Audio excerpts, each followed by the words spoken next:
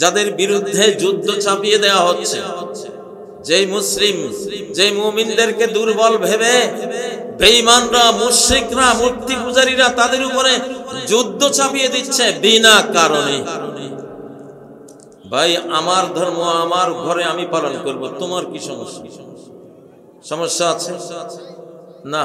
মুসলমানদের মসজিদে আজান দিলে ওদের সমস্যা, মুসলমান আল্লাহকে সেজদা দিলে তাদের সমস্যা, মুসলমান আল্লাহু আকবার ফুটবল মাঠে আমাদের তরুণরা নারায়ে তাকবীর আল্লাহু আকবার দিয়েছিল, ভারতের কি সমস্যা এতে বলুন? কোন সমস্যা? তোমরা যখন জয় শ্রীরাম দাও আমরা কি সমস্যা মনে করি? না। এখন আমি স্পষ্ট বার্তা দিয়ে যাব আজকে। অনেকে ভারত যে আমাদের সীমান্তে রাফাল বিমান মোতায়েন করেছে, রাশিয়ার তৈরি S-400 মোতায়েন করেছে, তার ব্রাহ্মস ক্ষেপণাস্ত্র মোতায়েন করেছে, হাজার হাজার সৈন্য মোতায়েন করেছে। বাংলাদেশের সবাই জিজ্ঞাসা করে ভারত কি চায়, তারা কি যুদ্ধ করবে? আমি স্পষ্ট ডক্টর ইউনূস সাহেব আপনার মাধ্যমে গোটা জাতিকে বার্তা দিয়ে গেলাম, আজকে যুদ্ধের জন্যই তারা এসেছে, তারা যুদ্ধ করার জন্য এসেছে। এখানে আর কোন টু অপশন নাই, দ্বিতীয় অপশন নাই। আন্তর্জাতিক আইন হলো কোন রাষ্ট্রের সীমানা থেকে 15 কিলোমিটার দূরে আপনি সেনা ক্যাম্প করতে পারবেন। কত কিলোমিটার? 15 কিলোমিটার। ভারত করেছে আমাদের 1 কিলোমিটার। তার এটা যুদ্ধের ডিক্লার দিয়ে দিয়েছে, এটা যুদ্ধের ডিক্লার। ওখানে এমন সব যন্ত্রপাতি, আধুনিক যন্ত্র সেখানে সেট করেছে, অত্যাধুনিক থার্মাল যন্ত্রপাতি বসিয়েছে। আমি এখানে মাহফিলে কি বলছি, তারা সীমান্ত থেকে দেখতেছে। এটা যুদ্ধ ডিক্লার। জাতিকে ভারত কি চায়? একটা দালাল সরকার আবার যদি বসাইতে পারি, তাহলে দালালদের সাথে তো গোপন 50 বছরের চুক্তি করা আছে। জেলখানায় আমাকে ফ্যাসিবাদীদের সর্বোচ্চ এক নেতা, আমার কাছে উনি এসেছিলেন একটু পানি পড়ার জন্য। তো পানি পড়ার জন্য এসে আমাকে একটা তথ্য দিয়ে গেলেন, কাজী সাহেব ওই যে গোলামীর 50 বছরের চুক্তি হয়েছিল, এইটা আবার নবায়ন হয়েছে, মানে আরো 50 বছর, 2023 থেকে আগামী আরো 50 বছর এই গোপন চুক্তি। এখন এখানে এরা সৈন্য নিয়ে আসতেছে কেন? একটা দালাল সরকার বসাইতে পারলে, ইউনূসের বিদায় হলে ভারতকে যারা প্রভু মানে, ভারত প্রেমিক, বাংলাদেশে বাস করে, বাংলাদেশে জন্ম, কিন্তু তাদের প্রেম প্রীতি সব ভারতের। ঠিক নয় কি? এদেরকে আমরা বাংলাদেশে স্বীকার করি না। এরা হলো ভারতের। যারা ভারতের সাথে প্রেম করে, ভারতকে প্রভু মানে, ভারতের দাস দাসী হিসেবে নিজেদেরকে যারা সারা বিশ্বে প্রচার করে, তাদের রাজনৈতিক দল বাংলাদেশের না, এটা ভারতের। এটা কার? তারা ভারতেই তো চলে গেছে। কোথায় গেছে? ভারতের না হলে কি ভারতে যেত? আমি 3টে এক্সাম্পল দেই। মুসলিম মির্জাফররা যখন অমুসলিমদের সাথে ষড়যন্ত্র করে তাদের সাথে যুক্ত হয়, তাদের দেশে যায়, তাদের সাথে উঠা বসা করে, তখন সেই মুসলিম দেশ আক্রান্ত হতে বেশিক্ষণ সময় লাগে। প্রথম এক্সাম্পল, প্রথম উদাহরণ মির্জাফর, লর্ড ক্লাইভ। মির্জাফর, জগৎ শেঠ, উমিচাঁদ, এগুলি সব বাঙালি, বাংলাদেশি না, বাঙালি। এরা বিদেশি শক্তি, ইস্ট ইন্ডিয়া কোম্পানি লর্ড ক্লাইভের সাথে এরা তলে তলে চুক্তিবদ্ধ হয়েছিল না? হওয়ার কারণে কি হলো?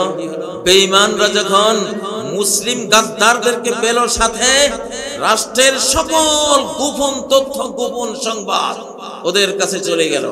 আজকে এই বাংলাদেশের আমার ঘরের বউ, আপনার কন্যা, আপনার মা, আপনি নিজে, আপনার ছেলে মেয়ে, প্রত্যেকের আইডি কার্ড, এনআইডি কার্ড ভারতের হাতে, তাদেরকে দিয়ে বানানো হয়েছে।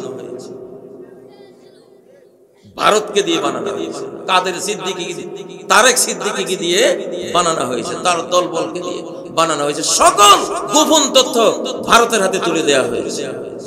ও ভাইয়েরা, এই জাতীয় গাদ্দাররা যখন গেছে, মনে রাখবেন আক্রমণ আর বেশি দিন বাকি নাই। বাংলাদেশের উপরে ভারত ছড়াও হবে। গত বছর ওরা পাকিস্তানকে, গত বছর না কয়েক মাস আগে পাকিস্তানকে আক্রমণ করেছিল। ওরা হিসাব নিকাশ করেছিল। রাজনাথ সিং নিজে বলেছেন যে অপ্রত্যাশিত একটা পরিস্থিতির কারণে যুদ্ধে আমি ঝাঁপাই পড়তে পারতেছি না। মানে যেখানে হাত দিই পরাজয়, যেখানে হাত দিই আমার দুর্ভাগ্য হয়। পাকিস্তানকে আক্রমণ করতে গিয়া এমন মার খেয়েছে, শোষণীয় মার, মারের ছোটে কোমর ভেঙে গেছে। পাকিস্তানের সাথে যদি একটু জয় পাইতো, পরের দিনে বাংলাদেশ আক্রমণ, পরের দিনে আক্রমণটা হতো। ওই বুদ্ধি করেই ইসরায়েলের সাথে বুদ্ধি দিয়েছে। আগে পাকিস্তানের বলেই তো বাংলাদেশ, কারণ বাংলাদেশের বল হলো পাকিস্তান, কারণ আমাদের জন্ম একদিনই হয়েছে। পশ্চিম পাকিস্তানের জন্ম, আর বাংলাদেশ তখন পূর্ব পাকিস্তান ছিল। জন্ম কোন দিন, কয় দিনে? একদিনে। ইতিহাস জানতে হবে, একদিনে জন্ম আমাদের। 1947-এর 14 আগস্ট একদিনে জন্ম। আর মুসলিম, কোন মুসলিম আরেক মুসলিমের সাথে 3 দিনের বেশি গন্ডগোল বহাল রাখতে পারে না। 71-এ যত হাজারে খুনাখুনি হোক, সব ইন্ডিয়ার দোষ। ইন্ডিয়ার মিথ্যাচারে আমরা ভাই ভাই খুনাখুনি করেছি, ঠিক নয় কি? সব ভারতের মিথ্যকদের মিথ্যাচার। এখন কি মিথ্যা কথা বলে দেখেন না? প্রতিদিন দেখায় ইউনূস সরকার পড়ে গেছে, প্রতিদিন দেখায় ওয়াকারুজ্জামানের সাথে ইউনূসের এই ক্যান্টনমেন্টে অলরেডি বিদ্রোহ শুরু হয়ে গেছে। প্রতিদিন পৃথিবীর সবচেয়ে মিথ্যুক রাষ্ট্র আর রাষ্ট্রযন্ত্র হলো এই দেশটা, ঠিক নয় কি? ওদের মিথ্যা আমরা বুঝি নাই, তখন আবার মিথ্যা বলছে। ও ভাইয়েরা, তো 1757 সালে যেমন মীর জাফররা যোগ দেওয়ার কারণে অল্প কিছুদিনের মধ্যেই পলাশী রামলো কারণে যুদ্ধের প্রহসন হলো। সেই যুদ্ধে 45,000 সৈন্য নিয়ে মীর জাফর প্রধান সেনাপতি দাঁড়িয়ে আছে, আর আমাদের অকুতোভয় নবাব সিরাজ মাত্র 5,000 সৈন্য নিয়া। তাও কিভাবে পরাস্ত হলো? মীর জাফরকে তিনি লিখলেন, বৃষ্টি এসেছে মাঠে, এখন তো যুদ্ধ করা যায় না, কি করব? আমরা কি যুদ্ধ রণভঙ্গ দেব? মীর জাফর বললেন, হ্যাঁ, এখন আর যুদ্ধ হবে না। আমি আগামীকাল 45,000 সৈন্য নিয়ে লর্ড ক্লাইভের 3,000 সৈন্যকে আমি ঘুরিয়ে দেব, আপনি আস্থায় থাকেন, আপনি চলে আসেন। যে নবাব সিরাজ চলে আসলো, মীর জাফর ক্লাইভের কাছে চিঠি লিখলো, এই তো সুযোগ, পিছন থেকে আক্রমণ করো। আর আক্রমণ করলে পরে একটা সৈনিক যখন যুদ্ধের ময়দান থেকে সরে যায়, তখন আক্রান্ত হলে তারা সামলাইতে পারে না। নবাব সিরাজ নিহত হলো। আমরা 200 বছরের গোলামি করলাম। কয়শো বছর? 200 বছর আমাদেরকে গোলামি করতে হবে। কত লক্ষ লক্ষ মানুষ মারা গেল।